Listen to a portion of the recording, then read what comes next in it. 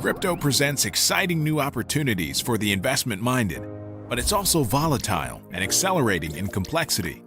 That's why we created Token Metrics, an intelligent crypto platform backed by an industry-leading combination of data, AI, and media that feeds optimized portfolios to crypto investors. Featuring Token Metrics ratings to help you find the best investment opportunities in real time, an indices page that showcases various model portfolios, and deep insights into price predictions and technical analysis. Plus, with access to Token Metrics TV, monitor 24/7 exclusive crypto news and analysis. Whether you're a first-time trader or a seasoned crypto investor, you can stay informed and in control, backed by your all-in-one crypto companion, Token Metrics. Take control of crypto today at Token Metrics. We are live. This is the Market Update. I'm your host, Bill Noble. This show is brought to you by tokenmetrics.com. If you need a roadmap in crypto, subscribe to this channel. Turn on alerts so you know when we're going live. And if the content works for you, smash the like button. We are still trying to break a record of 2,000 likes. All right. Now, today, we are going to go over news. We're going to go over the market update PowerPoint, and we're going to do live TA. Today is actually a big day for markets, which is why we waited to do the market update right when we did. So let's give people a few minutes to join in, and then we'll say hello to everybody. So we have Mr. Mudal. Welcome. Okay. First on the stream. Chris, hello. Ronak, J-Dog. Okay. All right. Someone wants us to have a look at Affinity. We'll do our best. Observer, Raymond, welcome. Ronak, hi. Observer 47 is like, hey, man, we've been waiting for you all day. What's up? Solely Soul from Boston is here. We have Spain. Okay, we may have the UK in here late at night. Crypto Santa, loving the green today. Nebraska is here. Welcome. Houston. Broken Noodle says pivot time. That's right. It is. Dubai, South Africa. Crypto Turkey made it. Welcome. Bulgaria. Ireland is here up late at night. Thank you.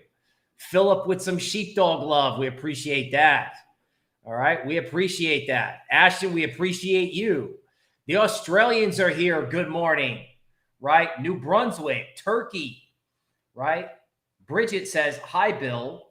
I'm on vacation in the woods. Trees don't care about inflation. Save money where you can. Okay. Ibrahim says, I bought some Polkadot because of you.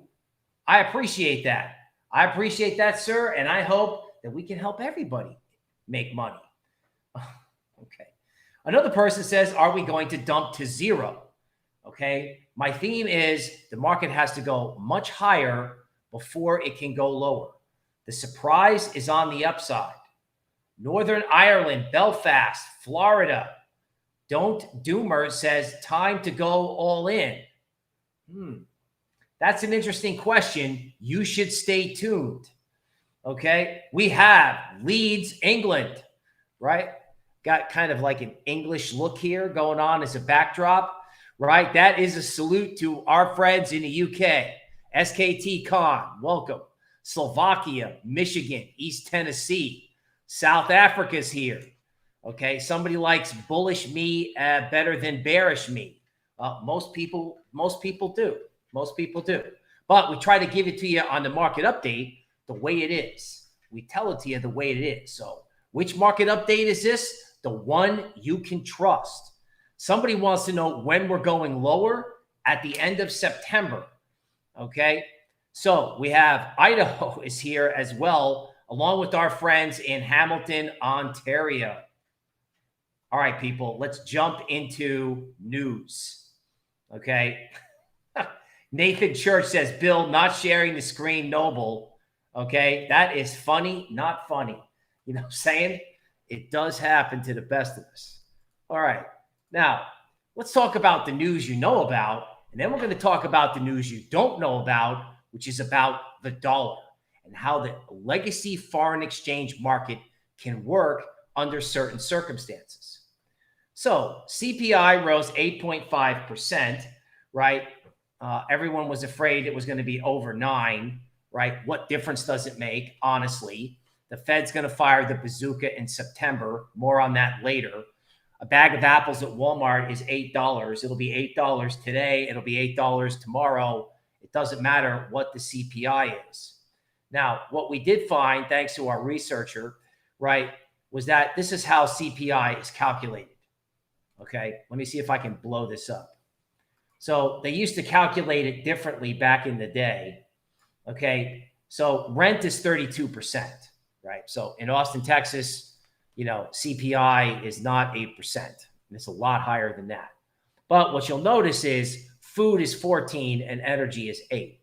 So can you imagine if food was 32% and energy was 14%? I mean, CPI would be 20%, which is what it is. Okay, but that is baked in, right? So the Fed can pretend it's 8%. We can pretend it's 8%. You know what? It doesn't matter because the Fed is going to fire the bazooka in September. They're going to do some huge rate hike. They're going to have to do like a double tightening because they can't be seen influencing the election unless inflation is a disaster. So that's old news. We already know all of this. All of this being inflation's high. It's higher than they've reported. The Fed's firing the bazooka. That's it. We know this already. So remember what I say? Markets hate uncertainty. Okay, well, markets like certainty. They like it. We know this. Okay, move on. Okay, crypto markets have hit the floor, JP Morgan says, as Bitcoin nears 24,000. Thank goodness we have investment banks that tell us these things. Right? I mean, at least these guys are on the right side. The poor guy at Goldman that downgraded Coinbase at the low. Yikes. Right? Okay. Ethereum DeFi exchange Curve suffers from front-end hack. When was the last time you saw a hack and almost no impact on price? Almost none. Right? Canada's second largest pension fund embroiled in Celsius collapse. Okay. In other words, what is the media doing? Are they reporting good news or are they like really hunting for bad news still? Right? Now, obviously, this is terrible. Okay. That's not good. Right? Some people are going to get hurt by this. But the fact is, the media continues to report bad news. They continue to report bad news. Now, we played around with something, and I want to talk about this. Recently, the home of the former president of the United States was raided by the Federal Bureau of Investigation. Okay, so that normally doesn't happen in the United States, right? And I would think it should have happened a lot earlier, right? If the former president left with things he shouldn't have taken, the cops should have shown up a long time ago. The fact that he's showing up 2 months before an election is specific, and the Miami Cuban community erupts in rage over this FBI raid as dark memories of communist Cuba come to mind. Okay, so point number one, political division. It doesn't matter what side you're on. What matters is the two sides are getting angrier and angrier. Meanwhile, back at the economics ranch, Bridgewater, run by Ray Dalio, famous hedge fund player and self-help book writer principles, update from our CIO transitioning to stagflation. What is stagflation? Well, the economy stagnates and inflation persists, meaning, you know, central banks really don't have much policy tools to fight either situation.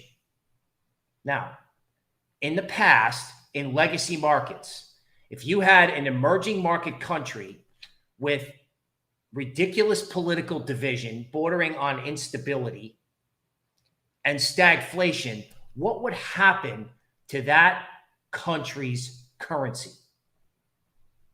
That country's currency would tank. It would tank. Okay, here we are with more social instability. The New York Attorney General ran a campaign saying that if you elected me to office, she would get former President Trump. So normally a prosecutor would come into office, look at some information, and then decide if there was a crime and then go after somebody. An attorney general shouldn't be running for office saying, I'm going to go get a certain person. Now, it worked. She got elected, but you have to ask yourself about the political division in the United States and how it might. And by the way, this is a tweet from the guy from The Big Short. This is not some random thing happening. Okay. And then to complete the fun,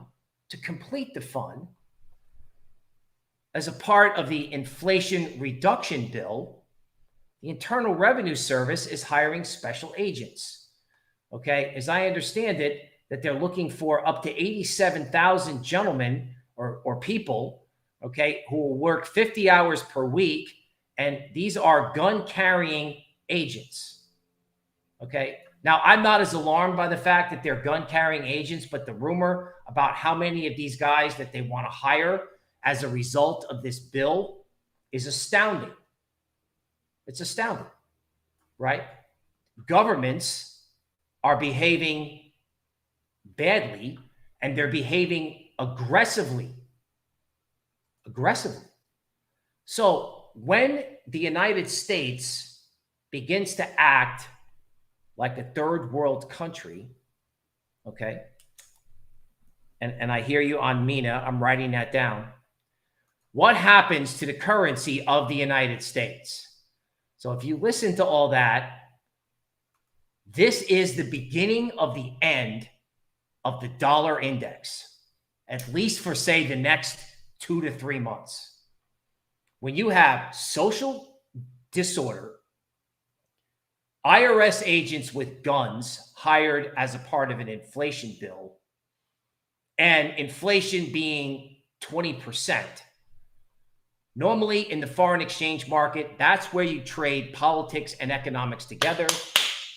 And as they say in foreign exchange, yours.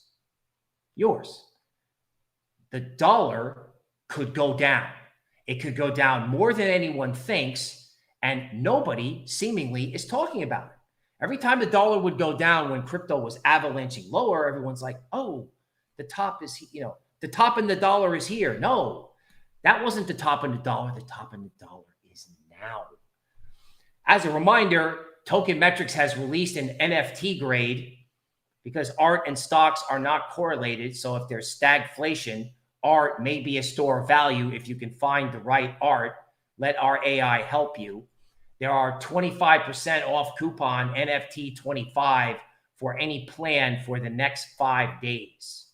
So again, stagflation, bad for the dollar. U.S. home price growth. I mean, if this isn't bubblicious, I don't know what is, right? In other words, housing is out of control, right? In other words, this is going to crash.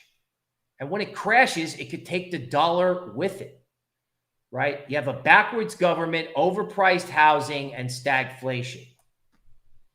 Follow Astrobot Society on Twitter. Now, let's talk about Bitcoin volatility. Bitcoin has done nothing, and we know this, and it's annoying. But Bitcoin has done nothing to the point where it's time to start thinking about Bitcoin going up. And if the dollar index is below 105, it's time to talk about Bitcoin going to 30. Meanwhile, right, Novogratz, Galaxy Digital doesn't see Bitcoin going above 30K because there is apparently no interest in buying it. So people are interested in crypto, but they're not interested in buying. Well, here's what I think. What gets people buying?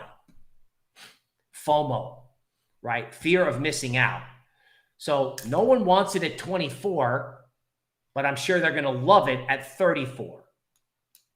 You don't want to be one of those people where somebody asks you one day, you know, gee, Bitcoin went from 17 to 40. How did you do on that move? Meanwhile, on the revulsion front, again, Novogratz reporting no one wants to touch it. Coinbase comes out with its earnings. And of course, the media jumps on it. In the bottom right, dated August 10th, Coinbase stock craters. That was from yesterday. Okay. Coinbase's earnings were terrible. Well, you know what? No shit. Retail doesn't want to play anymore. Now, what's going to make retail want to play? Well, again, FOMO, right? The market is going to go up higher, harder, and faster than anyone thinks, right? Everyone has given up and you have revulsion, right? Michael Saylor pushed out of his CEO job. Novogratz seeing no interest at his hedge fund. Media reporting the death of Coinbase. In order to have a bottom, you got to have revulsion. Now we've got revulsion and a recipe for a dollar top. Meanwhile, miners from Glassnode, miners are hoovering up everyone's capitulation. So it's ironic. Normally miners were selling Bitcoin back here and sell in May and go away. Okay, the miners sold in May and went away and then hoovered up everyone's capitulation. So the miners are the buyers. Now, if anybody is out there is familiar with futures or legacy, okay, these would be called the commercials or the producers in like a sort of the equivalent of what was Glassnode in legacy, which was like a report by a commodities group about whether retail or producers or commercials or hedge funds were the ones buying and selling futures contracts, on-chain data for old school futures. Here, the producers of Bitcoin are waving it in as everyone else is selling. Interesting, right? SOPR, a pain mechanism, a pain metric from Glassnode in yellow. Glassnode is a great service, have a huge amount of respect for them. The unfortunate thing is with a lot of their metrics, you have to watch a 10-minute YouTube video and take notes to understand it. Okay, SOPR is kind of like a pain index. Okay, this is a fancy method that sort of weeds out bad data. The yellow is pain. So as you can see, pain got to an extreme in 2018. And as pain lessened, right, pain is down, you know, fun is up, right? So as people started to have more fun in 2018, Bitcoin went with the market. I'm sorry, Bitcoin went with the change in sentiment. COVID, you know, a lot of fear. It was a V bottom. 2021, there was a lot of pain, right? It eventually bottomed and Bitcoin made a new high. Okay. Again, you had 2018 level pain. And as SOPR starts rallying and coming back, Bitcoin has not moved. So pain is less, but the price has not followed. Be careful of what happens when it does. Now, back to the idea of a dollar top, token metrics indices. Every day, AI, machine learning, and finance math pick certain coins for you to trade that day from various exchanges. And I just picked FTX today. And I noticed that 30% was going into Pax Gold. And I'm like, well, that sucks, right? I mean, how about Cardano and XRP? Let's get it going, right? All right. Noticing Polkadot's also in there. Love it. Now, our machine does not know the dollar is topping. It doesn't look at the dollar, but it looks at gold, right? Old school, again, legacy, right? Dollar up, gold down. Dollar up, gold nowhere. Gold up, dollar down. Or dollar down, gold up, either way. Our machine is pointing to gold up. And I realized today that if our machine wants to go gold up, that's got to mean dollar down. So this is gold, okay? Noticing gold has failed multiple times at the 60-day moving average. Okay, 60-day exponential moving average. Gold showing signs of life in our AI. And I like this Williams AI picture where it's just kind of near zero and going green. GDX, legacy symbol for an ETF of gold mining stocks, can't even get to its 60-day. Can't even get there. So there's either going to be a huge catch-up rally, especially with this Williams oscillator near zero. Okay, Cardano, coming back to this later, right? Cardano is popping above its 60-day moving average. And if you're a Cardano fan, don't go anywhere. Okay, now we have arrived at the dollar index. So what do we have here? Well, we have the dollar went up and then it went down. And everyone said it was a top. And I said no. And then it went up and then it went down. And everyone said it was a top. And I said no. That was sell in May and go away zone. Then the dollar goes up massively. You know, $1 equals €1. The euro is going to zero. You know, people are just, you know, drawing signs of the dollar with muscles. It's just king dollar. Naturally, that would be a top because every new high in the dollar, all these big new highs were not confirmed by new highs in stochastics, creating a bearish divergence. Now, the dollar is also close to its 60-day moving average. The Williams oscillator shows a big move is coming. And when you get these divergences, frequently, the bigger moves come after the oscillator kind of mellows out. In other words, if you're going to have a dump off these like momentum divergences, it's usually the second dump that's the big one. Now, obviously, dollar's down 1% today. That's a lot for the dollar index. I get it, you know, but I'm not sure that moving average is going to hold. And if it doesn't hold, then that's when crypto absolutely goes up. That could happen over the next 5 days. And if it doesn't happen over the next 5 days, I'm betting that that's what's going to happen after Labor Day, after September 6th, right? The dollar is going to go down. Not forever, but for a trade for like a month, right? Because the dollar has done nothing but go straight up and nothing goes straight up.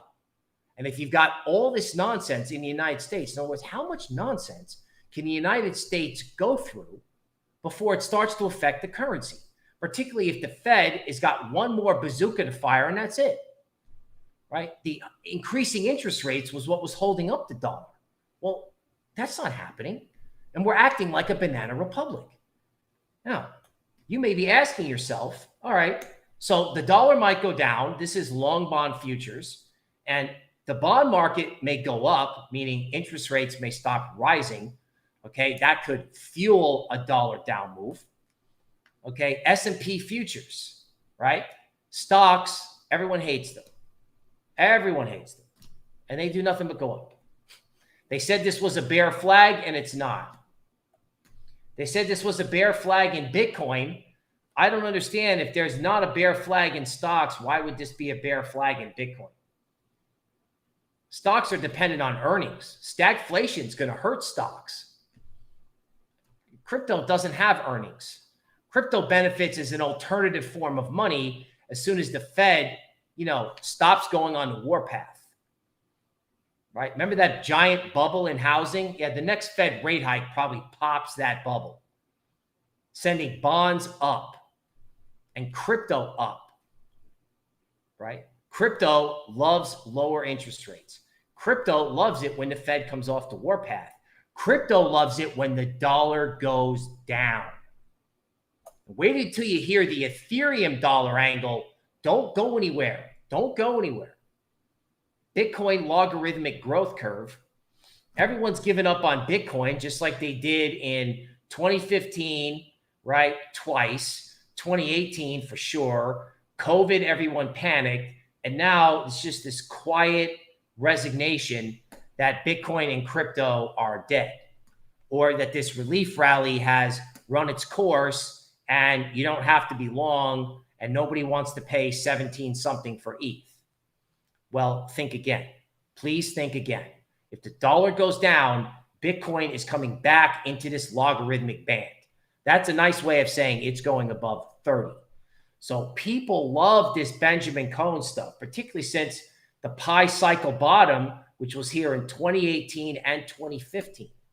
Now, that doesn't necessarily result in immediate gratification, but again, Bitcoin hasn't done anything in so long, it's lulled everybody to sleep. Coinbase daily index, Coinbase weekly index, sorry. Ooh, what do we got here? Polkadot 30%, Chainlink 20%, and Cardano 16%, right? Interoperability, big cap coins. Cardano, the yellow is the token metrics grade, which has moved, and Cardano's price has done nothing. This, as I understand it, is the holy grail of token metrics. You want to see the grade moon before the price does. Okay. So Cardano is this huge market cap coin, and the question is, what's going to lead the market out of the pit? What's going to lead the rest of the market to break out above their 60-day exponential moving average? Well, ETH, DOT, right? Solana, and Bitcoin. ETH, DOT, Solana, Bitcoin, and Cardano. Do you realize this comes from our token metrics markets page? That only 15% of big cap coins, as of yesterday's close, were above their 60-day exponential moving average. Like, the whole market hasn't even broken out above the 3-month average. The market is still depressed. That's what I'm trying to tell you. The market is still depressed. Oh, I can't buy the market. Polkadot was at 7. It's at 9. I missed it. No, you didn't. No, you didn't. Like, you know, 2/3, 3/4 of the market is still below a long-term moving average. Okay, Bitcoin on our quant levels, 24,200, annoying resistance. Okay, the key is if it breaks above 24, 28 is next. Now, once upon a time, it was like, yeah, okay, who cares? A $4,000 rally in Bitcoin, whatever. But the way Bitcoin's been moving lately, a $4,000 move in Bitcoin is going to shake the earth. I mean, if Bitcoin goes up to 28, where's ETH going to be? Okay, let's talk about ETH. Here's the magic part. Okay, if you tuned in and you stayed until now, sit down and listen up. Now, just from a technical point of view, if ETH is above 1752 or 1867, it's probably got a shot at 2100. And that's boring. Like, everybody knows that now. Everybody knows that. Here's what everybody knows. We did something for Ethereum's birthday last year. And we had an economist, David. David, if you're out there listening, man, we love you. David did a study about what would happen to Ethereum if the dollar fell apart. Like, if a dollar downtrend started. Now, okay, maybe it's not a dollar down day doesn't make a dollar down trend, but we know from math that Ethereum loves a lower dollar. So if you just listen to that whole thing about why the dollar should go lower, if any of that stuff I came up with is right, because remember, in research, you get paid for imagination. Okay? You get paid for imagination, and then you put a little math on it. Like, we had something, if the dollar ever fell apart, we had a 5-digit price target for Ethereum. Now, we don't have to have a 5-digit price target, but I'm going to tell you right now, if the dollar continues to go down, don't tell me at 1850 that ETH is expensive.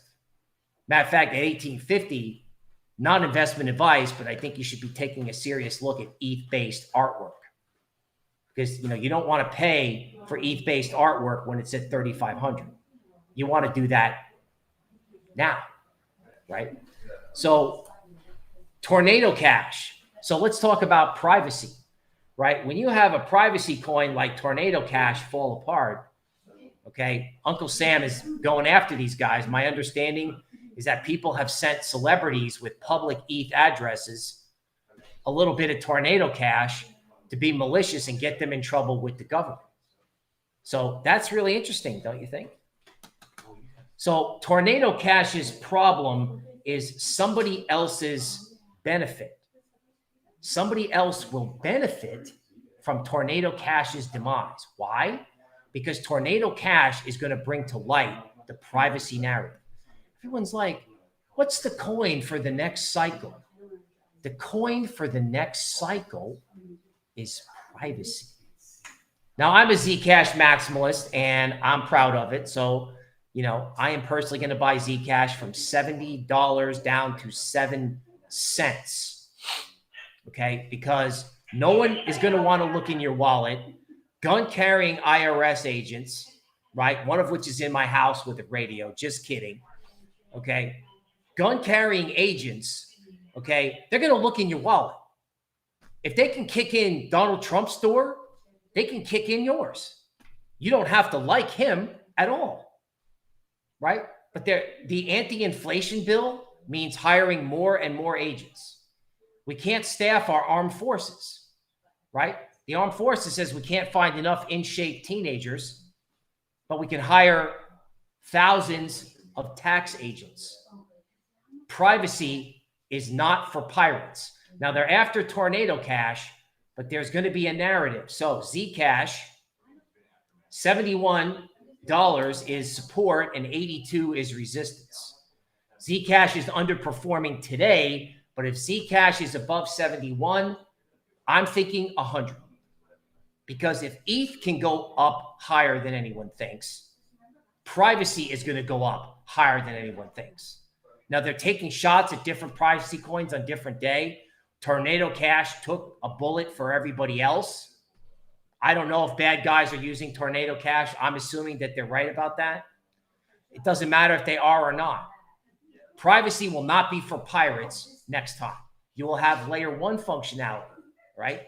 So again, are you going to buy NFTs and have somebody be able to look in your wallet and say, oh, look at what NFTs they have? Secret Network. Okay, maybe Secret Network at $1.11 is support. Maybe Secret Network is no good. But maybe Secret Network is something to look at because it's a layer 1 where they released a full-length NFT as a movie. Okay, a full-length movie as an NFT. Okay, do you want someone looking in your wallet to see what NFTs you have? Do you want them knocking on your door? Solana, presumed dead, has support at 40 and may not have any resistance until 48. The point is, buy stuff that everyone hates. If everyone hates it, look at it. Speaking of everyone hating it or everyone loving it and going to sleep, I think Cardano is not hated. Cardano is loved, but nobody is talking about Cardano, right? Nobody is talking about Cardano. So there is a base between 49 cents and 67 cents. And there's a ton of resistance. And I can't come up with a reason to buy Cardano from a technical analysis point of view. However, the token metrics grade is above 80 on a daily and weekly basis. There is something going on here that looks like the bigger the base, the higher in the space. And if it comes out of this base, the resistance levels aren't until like 90 cents or $1.18. The Cardano give up trade started at $1.18. So there's a lot of people out there searching XRP and Cardano. No one is talking about Cardano, and now I'm pounding the table. In other words, I have ETH, Zcash, and I'm going to pound the table on Cardano until that token metrics grade changes or price follows the grade higher. So Cardano is big on YouTube. Well, it's big on token metrics. DYDX, okay, 2.5 is an important level, probably so important. I made it important because I've done nothing but talk about it. But the future of derivatives, the future of finance. Oh my God, was Aave up 13% at one point today? They can't stop loving this stuff. If DYDX breaks out, because I have another DYDX chart that's unbelievable, right? If DYDX breaks out 269, right, then it's going to absolutely smoke to the upside. Smoke, right? There's nobody home until 4:36, okay? Nobody home. Hedge funds are never going back to exclusively trading on centralized exchanges. They're just not. The future of derivatives is decentralized. Polkadot, if you have it, hold it. Not investment advice. If Polkadot breaks above 10, it's going to 15. If Cardano breaks out, Polkadot's going to break out. And I think the biggest catalyst for these coins to go is just ETH is going to go up way more than one thinks. Like when I saw the dollar index crack off this number, I'm like, oh my God.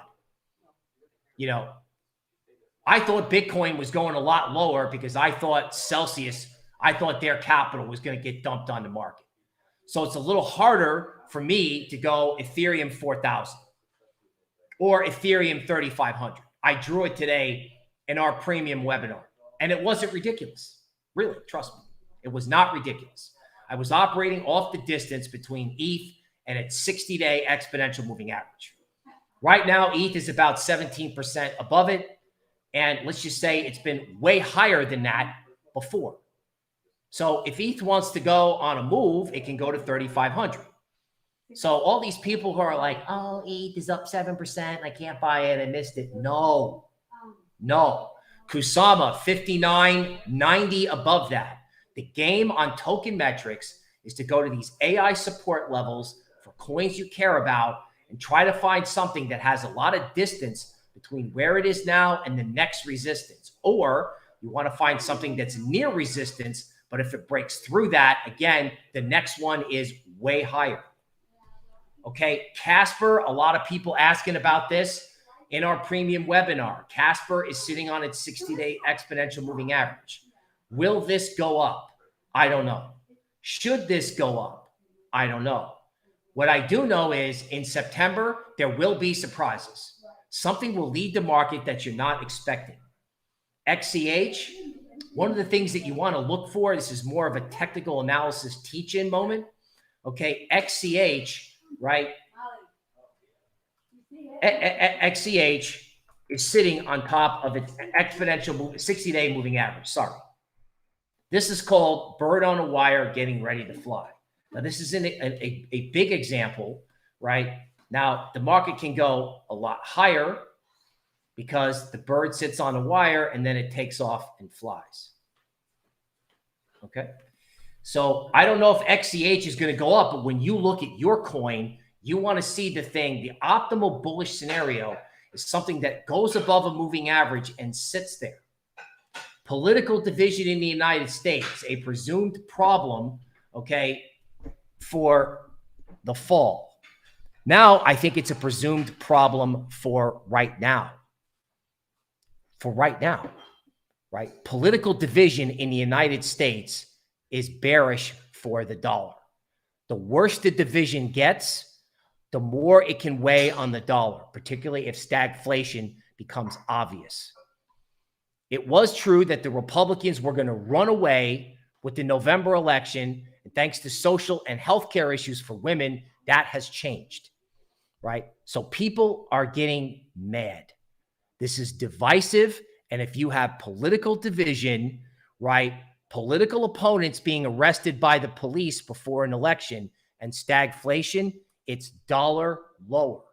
Don't forget, right, nobody would ever have thought that the Cuban population of Florida would get pissed about whatever is happening with an ex-president. Who would have thought they would have cared? They cared, right? It makes them angry. The angrier Americans get, the worse it is for the dollar. Okay, don't forget, NFT 25 gets you 25% off token metrics, and that is the market update.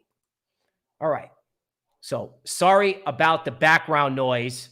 That's unfortunately not avoidable. I've pulled the mic closer, so we love y'all for staying with me. Okay, GMX. Okay, let's do some on-demand TA.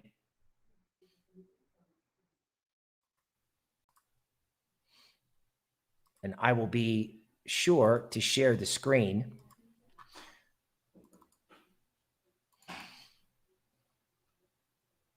Okay, GMX up 14% today. And let me just tell you what I'm doing with this 60-day exponential moving average. Okay.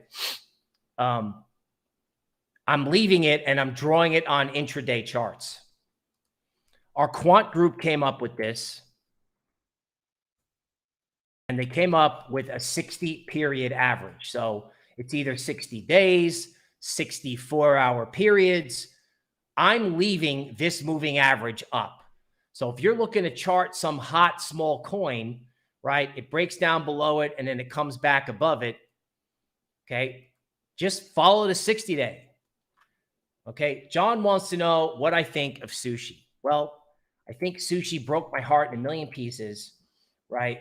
And I'm glad it's back, but I FOMO'd into sushi a long time ago and got smoked. But again, sushi, my poor decisions aside, okay, DeFi is dead, right? I don't think so. This feels like 2020 all over again. Like ETH at 1800 feels like ETH at 300 back in the day. Now, I don't know what sushi can do on the upside. I'm really more of a DYDX guy. But again, like this thing is going to launch itself off the 60-day. Everything is going to launch off the 60-day, right? The question is, can you get involved in the thing that does the best? That's the game, right? So I'm looking at DYDX. I can't stop talking about DYDX. Okay.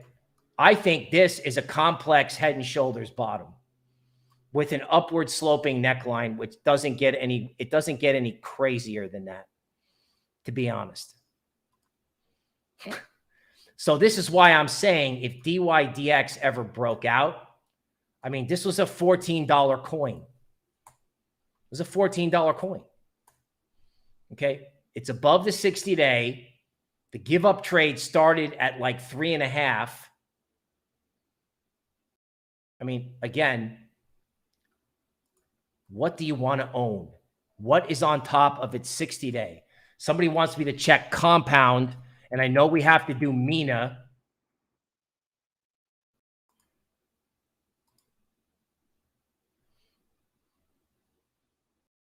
Okay, don't go anywhere. So here comes compound. Okay, so all of DeFi up 10%. Okay, now, all this said, who's going to capture the value from ETH-based DeFi if ETH-based DeFi comes back? It's going to be the governance tokens. Is it going to be the derivatives tokens, or is it going to be like Compound? Now, my guess is Compound's going to run into resistance because no one's going to want to pay 65 because this is where the give up trade started. Like if you want to be long Compound and you want to be long sushi, right? Like I know ETH is doing the same thing, right? But we've established the reasons why ETH can break out. We've established that, right? This is the log chart of ETH. This can break out. I think the small DeFi tokens are telling you that there's like the ETH breakout hasn't started yet. Okay, Mina.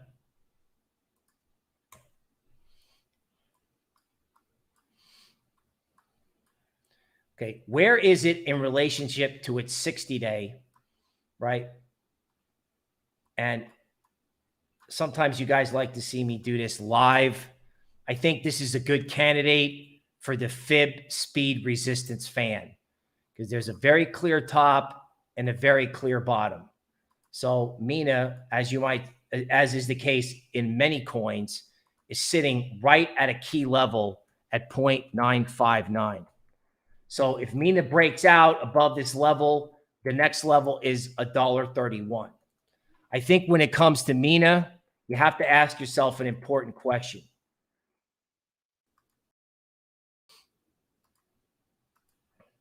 Is this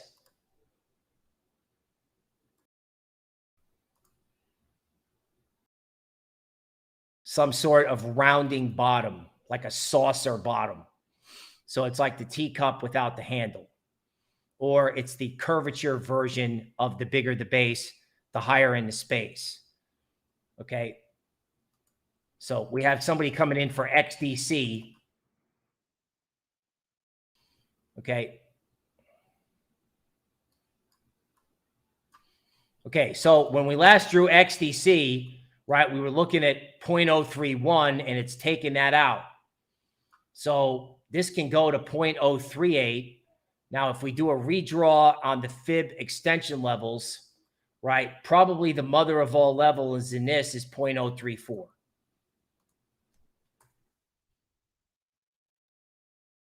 Okay. Now you can tell that this structure may be meaningful because look at the rally that started when it broke one of these lines, right? It couldn't break it for 3 days, and then it did, and it was gone. Okay.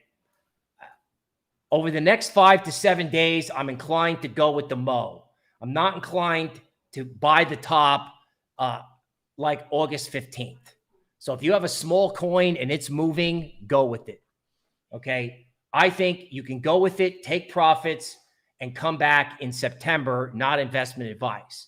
If you've been suffering with one of these coins, well, you can make a tax loss decision in 5 days, or you can just hold it, because if you've been suffering, you might as well give September a chance, particularly since ETH is absurdly overvalued, particularly if the dollar is going to go down. Even if the dollar goes down and holds at lower levels. Okay. So we have Matic. Okay. And I think everybody thinks that Matic is done. I don't know if that's the case. Obviously, there's resistance at $1.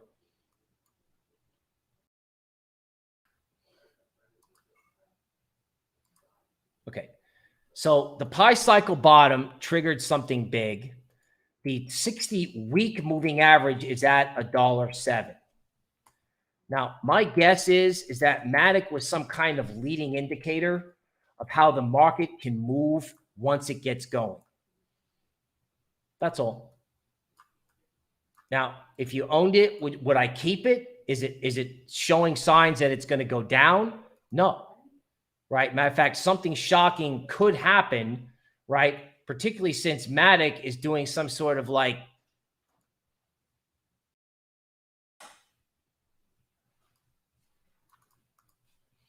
okay. All right. So Ian Watson, we appreciate you out there.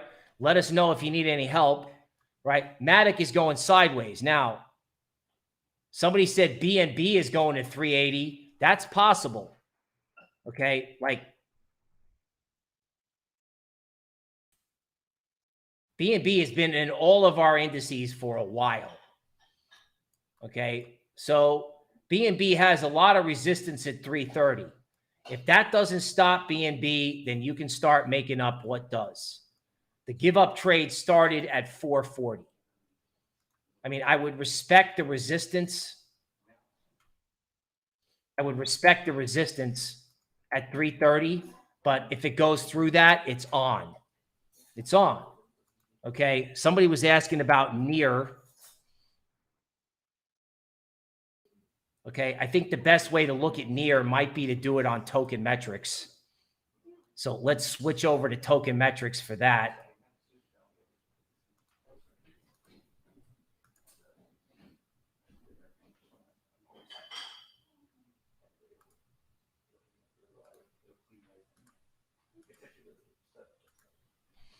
Okay, so let's check near. You can actually watch how I do this. Okay, so we got to go to the symbol, right?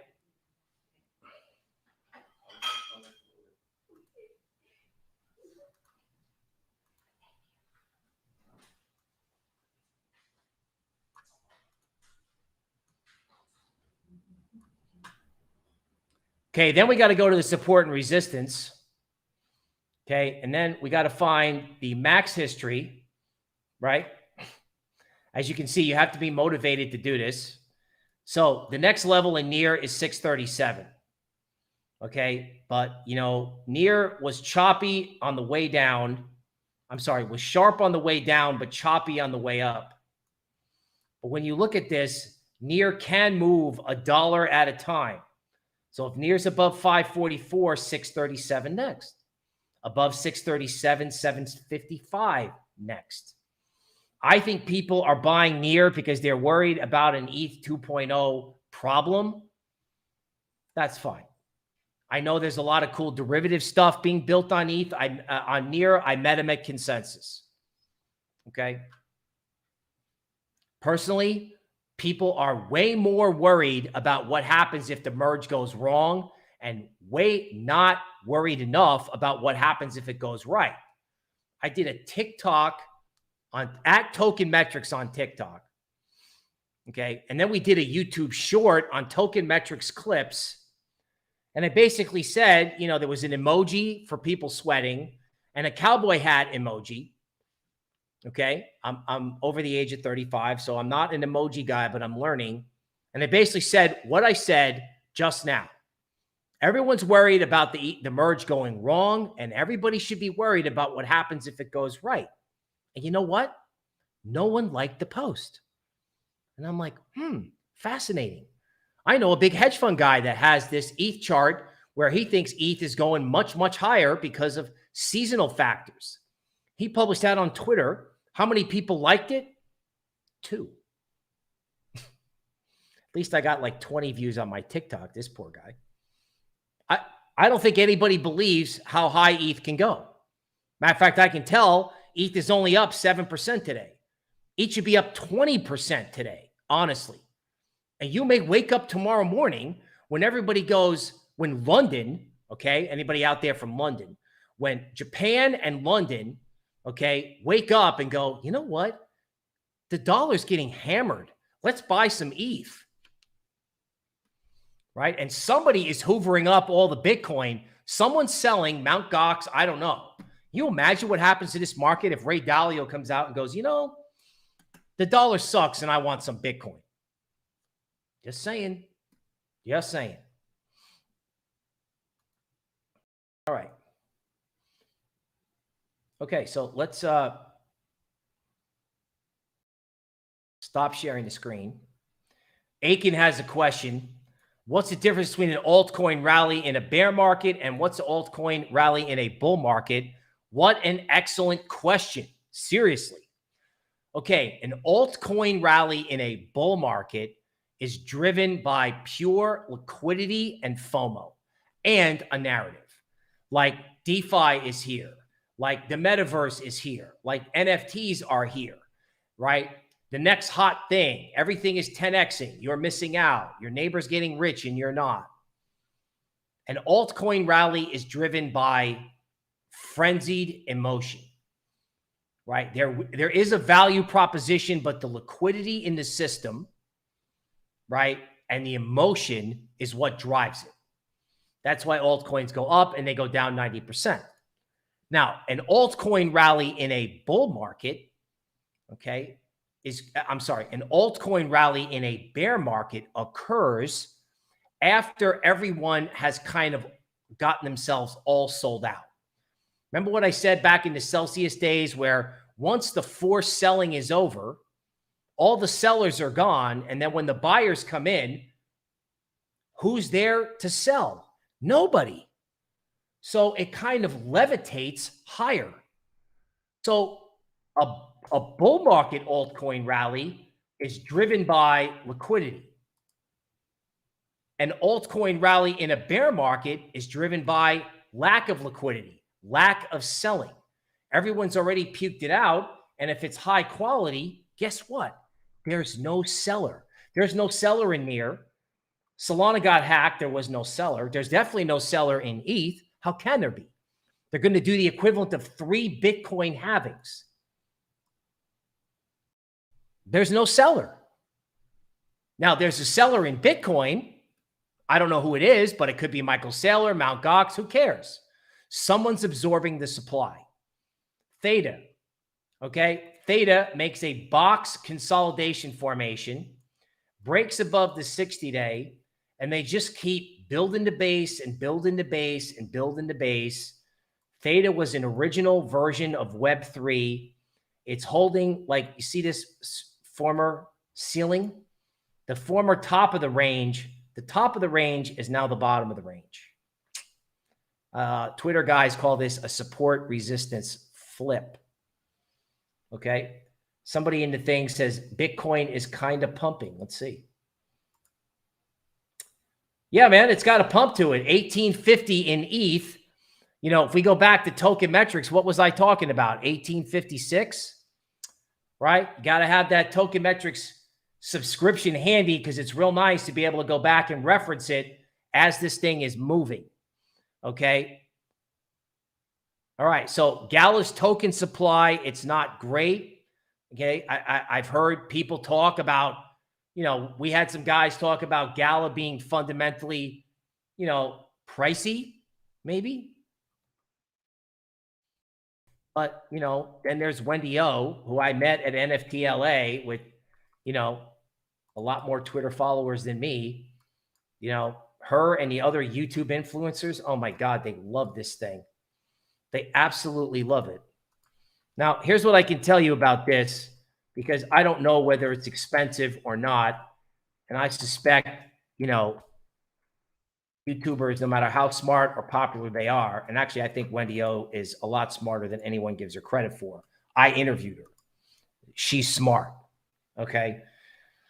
This thing takes out its 60-day moving average. I don't even have to tell you what the red line anymore is because you know. I mean, what is going to happen with all these coins when they break out? Right? You're going to have a 7-day rally, and then you're going to have a return dip. Everybody will get discouraged. And then in September, when New York and Boston come back from the beach, forget it. They're going to walk in and they're going to smash the green button. By the way, speaking of the green button, for God's sakes, people, hit the like button. Okay. Okay. We have people asking about Hex. Hex is something people like to talk about, I've noticed. I personally like Rune. Let me just do a little Rune. This is the other box of chocolates under the bed. Okay. This is like cross-chain trading and DeFi. Okay. A huge battle going on at the 60-day. Man, would I be happy if you love Hex or you love your coin, man. Man, I want that thing to go up. I've been to like every Thorchain party that they had at Consensus and in Austin. Okay. I don't know. Let's see if I can get something on Hex.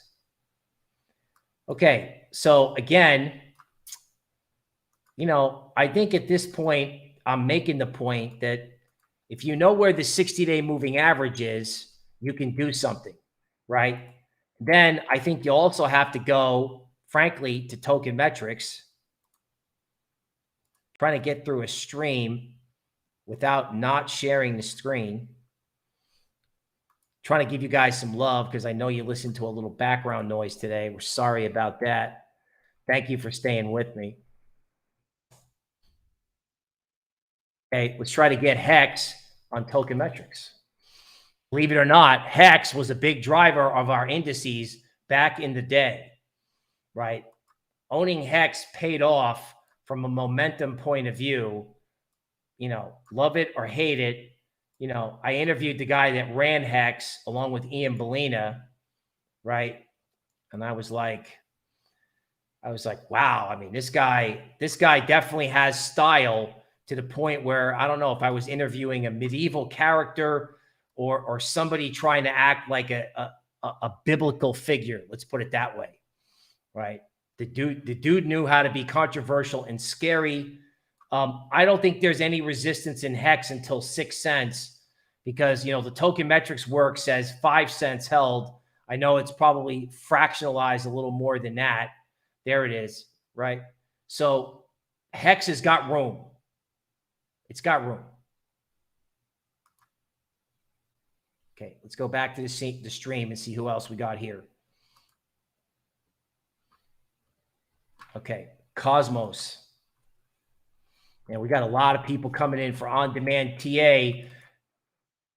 Best place to go for a legitimate market update. And I used to say it was the only place to go, but that's not true. Okay, it's just the place we like to go, right? So bring your friends, hit the like button, not sharing the screen. I jinxed myself. Okay, Cosmos down, test the 60-day, comes right back, right? I cannot possibly be the only person who knows, okay? Not the only person who knows that the 60-day moving average in whatever coin you're looking at is the key. Okay, Mr. Singh is asking, at what price do we exit ETH? Okay, well, tactically, if you're a trader, you can take profits at either 1950 or 2100. Or you can hold it and buy any dip to 1650 in the second half of August and look for some ungodly rally in September to like 3000. But if you're a trader, you know, and you want to take the money at 1950 or 2100, do so. You know, it depends on what kind of trader you are. I know that the guys on Twitter who love to counter trade everything and, you know, fade FOMO, etc. I'm more of a trend following guy because Token Metrics is a trend following house. That's just what we do. Okay, so 747 in Filecoin is the 62% retracement of the recent run up.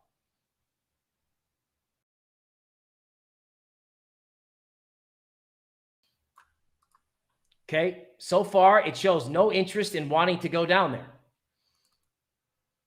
Let's add the 50% retracement. So it looks like Filecoin is finding buyers at 8 and change. Listen, I have heard people say that the narrative for the next cycle is privacy and data management.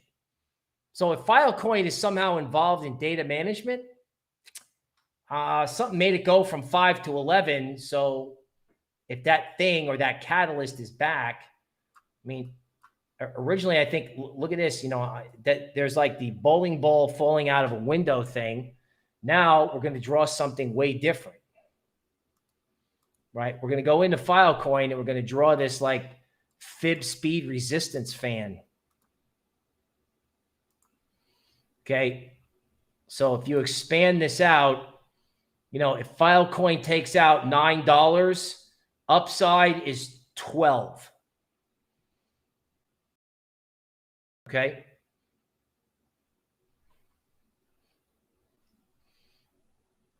Okay. Someone asking for IOTA.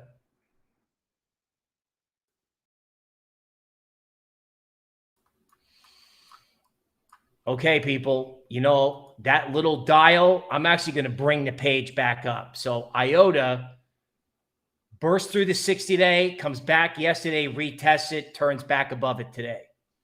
In other words, when you look at this crypto market, like we start with top down, right? Top down means we look at Bitcoin and ETH and the big coins. And then we go bottom up. Okay, bottom up. And I think this page is free. Believe it or not. Like if you live in a far off land, I believe you can go to tokenmetrics.com and this markets page is free, which is unbelievable considering I think this is some of the best stuff we have, right? This right here, the percentage of coins above the 60-day moving average of big coins is only 15%. So let me ask you this. What happens if the coins that are above their average launch into outer space? They just moon, right?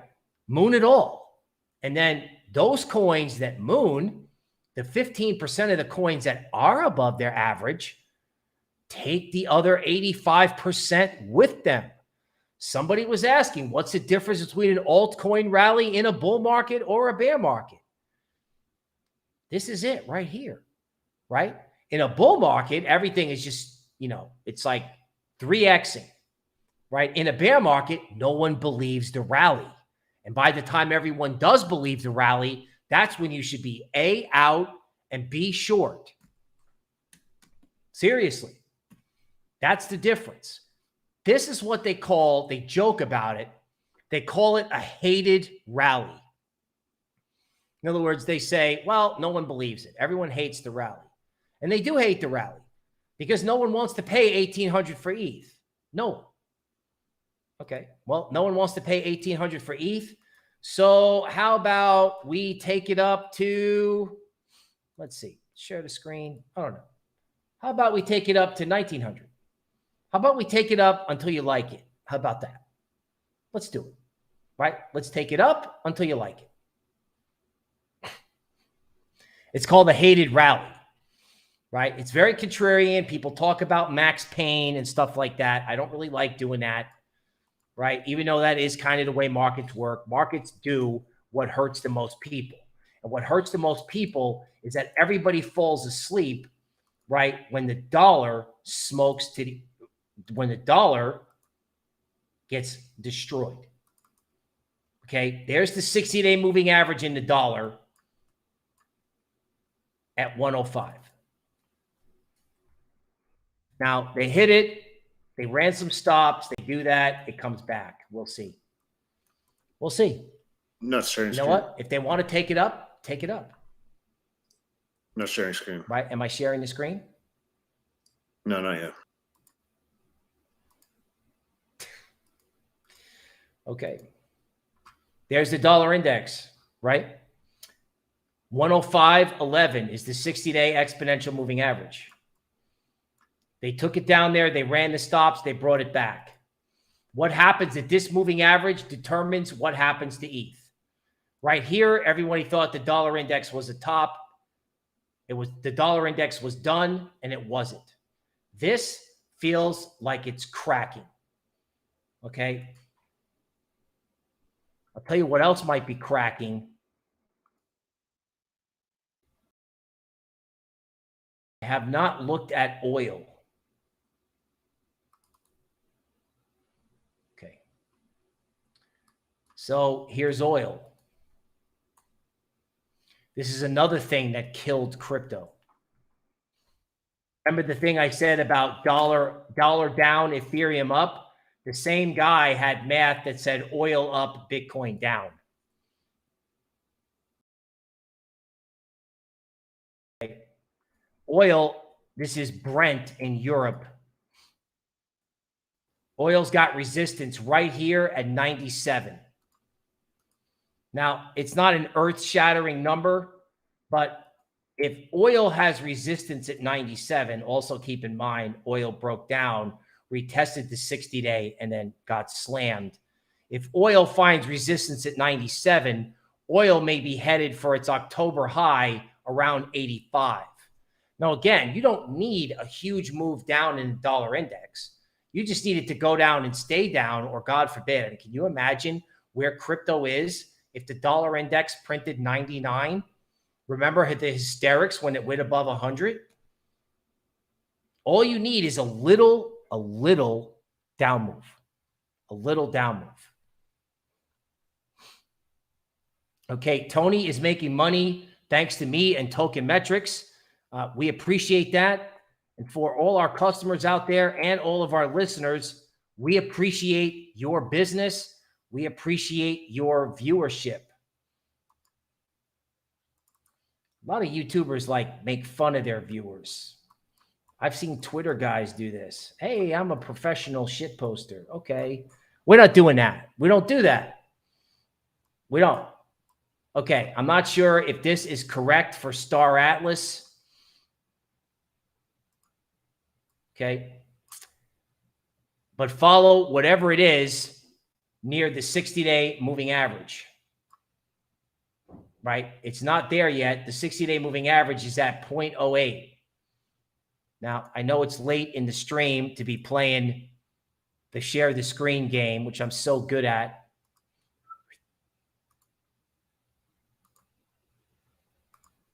Okay, let's check it on Token Metrics. Now, again, this is the part of Token Metrics that, you have to pay for because we have to eat. Okay. So right now, the grade is decent.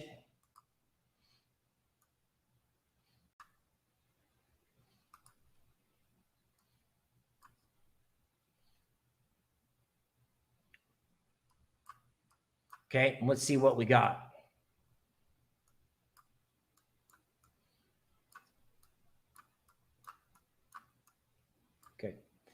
So Star Atlas, very interesting. 0.0083. What are we doing? Well, we're sitting on it.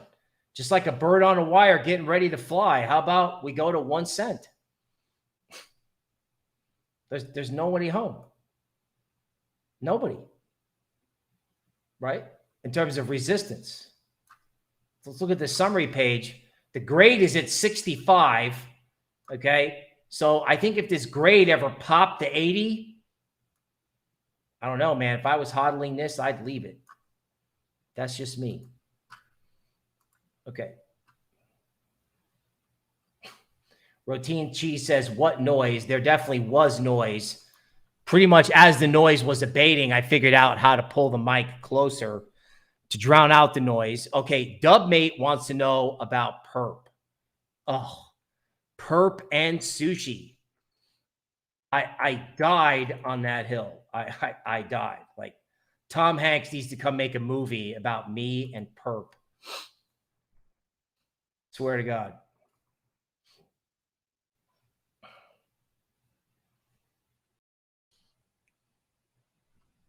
Not having any fun finding perp. Hang on 1 second. Okay.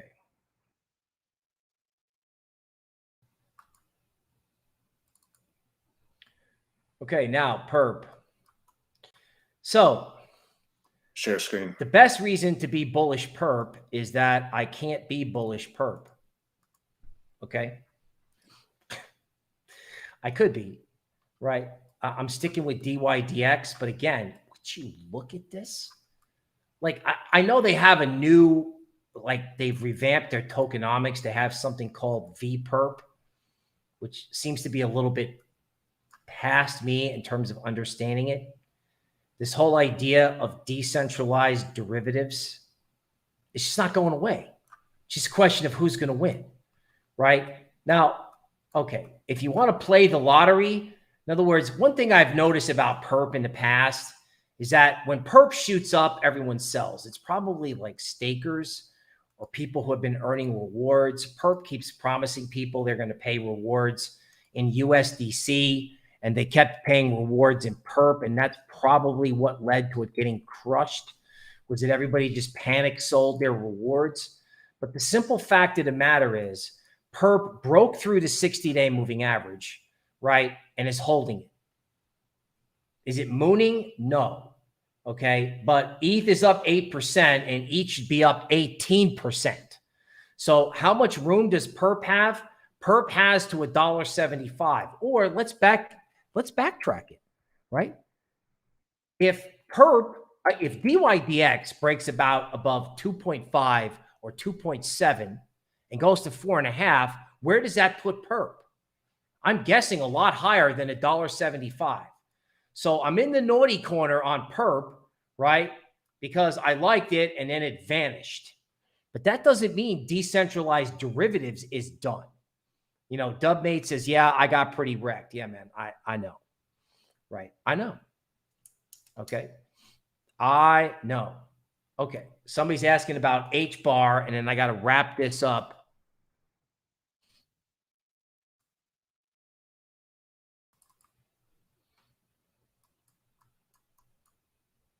Okay, a lot of selling at the 60-day.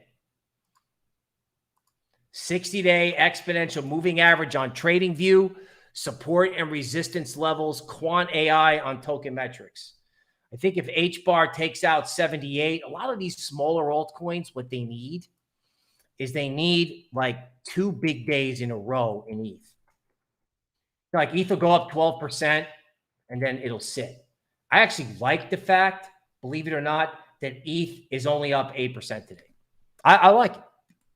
I'm fine with it. It should be up 20%, but it's not. And that's okay. Because when people figure it out, it'll go up 30%. So what about my altcoin? I think is very much tied to ETH. Okay, let's wrap it up. The dollar could be topping, or the dollar could be pausing. The Fed's going to fire the final bazooka. Prices are high at the grocery store, and that's not changing. It may get worse, okay, but food doesn't really show up in CPI. So whatever was going to be, whatever the damage was in terms of numbers published and Fed behavior, Crypto is going to assume eventually that the sun will come out tomorrow, that there will be a brighter day. And what they're going to do is they're going to take all the brighter day thinking, and they're going to do it all in the next week, and they're going to do more after Labor Day. Right? The sun will come out tomorrow, and they're going to trade all of that now. Now, what happens in October? What happens in November? I don't know. But absurd political division, stagflation is not a recipe for the dollar. It's not. Matter of fact, the dollar could be done. Very fashionable in crypto going back a couple of years to say, oh my God, yeah, crypto, got to own Bitcoin. The dollar is done, over. The Fed printed all these dollars and it just kept going up. Now it's rolling over. No one's talking about it. No one is talking about Bitcoin and Ethereum as an alternative to the dollar, which is why I want to talk about it, which is why you watch this show. It's why you hopefully are going to hit the like button, subscribe to the channel, and then come back tomorrow or Friday. So that's it for today. This is Bill Noble, host of the Market Update. I will see you tomorrow.